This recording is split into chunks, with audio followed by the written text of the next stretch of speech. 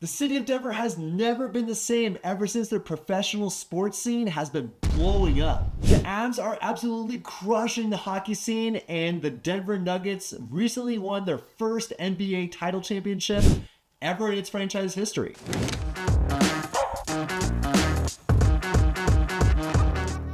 The other sports teams like the Colorado Rockies and the Denver Broncos had their heyday years, maybe decades ago, but there are some really die-hard fans in every sports arena. So let's talk about the Denver sports scene, and as an investor in real estate, how do you capitalize on that and take advantage of where the money is flowing? So with the growing popularity of the Avs and the Denver Nuggets, tourism is at an all-time high to see these games. Speaking only for the Nuggets right now, the direct economic impact of the final series within Denver, even if it was an away game in Miami, led to $25 million in revenue.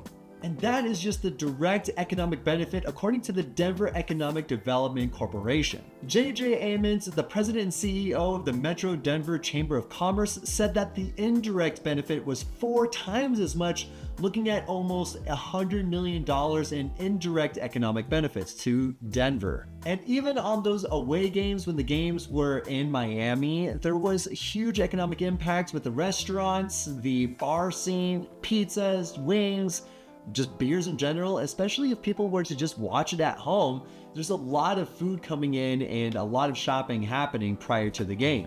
And before the 2023 NBA championships, the spotlight was on the Avalanche, who won 3 Stanley Cup titles ever since they got moved over to Denver ever since 1995. With the most recent NHL title won in 2022, it's kind of hard to determine the economic impact because of COVID. I mean, that happening in 2020, I'm sure there were lingering effects going on to 2021 and 2022. Sports, recreation, and tourism are huge businesses in Colorado, especially when it accounts for $60 billion of revenue coming in, according to the Common Sense Institute, just for 2022. Nearly $319,000 were directly linked just to those 3 industries, and 600,000 plus jobs were indirectly affected by those. So as an investor in the Denver area, you can definitely take advantage of these numbers. The cities and towns that have hosted the NBA Finals have seen some significant improvements and gains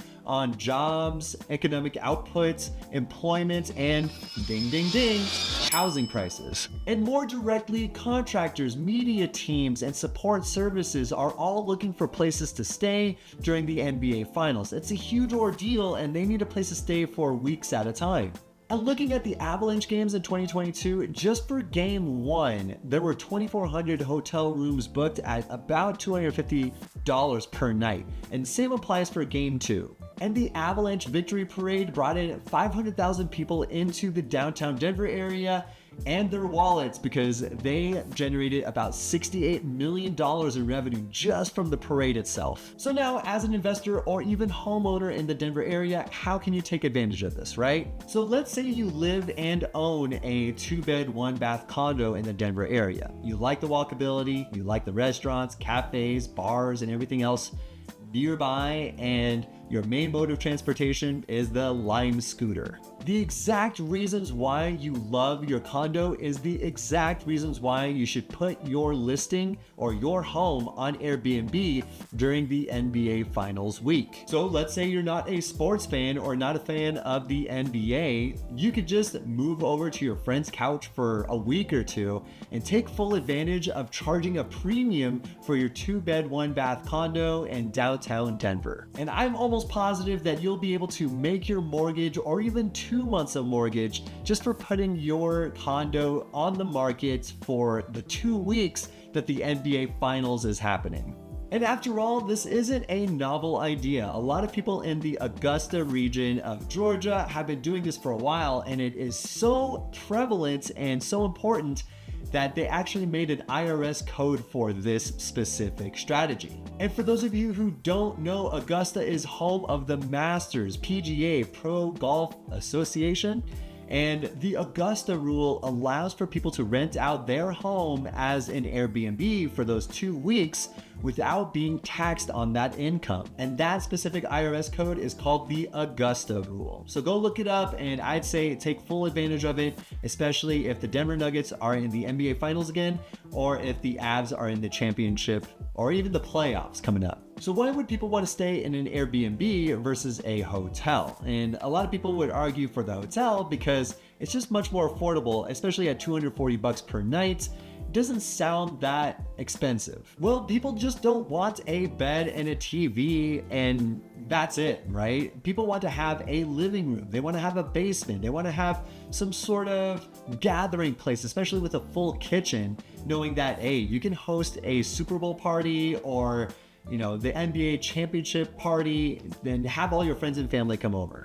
And most tourists are willing to pay that premium just for that experience of a house feel versus a hotel feel. And my client recently put his 1-bed, 1-bath condo on the market in the Golden area, where it's like 11 minutes away from one of the most popular music venues in the nation, if not the world, Red Rocks Amphitheater. So looking at how it's performing right now, he's getting about $130, maybe $150 per night, depending on if it's a weekend or weeknight. But in the summertime, we're looking at $200 to $300 a night, especially if events are coming to town, like a really popular musician, or if something else is going down like a convention. So to put some context, Taylor Swift is a crowd driver for sure. She embarks on one of the largest grossing concert tours of all time just in 2023. In just the 2 nights that she spent in Empower Field, basically where the Denver Broncos play their games, she grossed about $140 million in Colorado's gross domestic product. So knowing all that information, if I owned a home that was close to Empower Field and I wanted to rent it out to those Swifties, I myself might become a Swiftie just for that.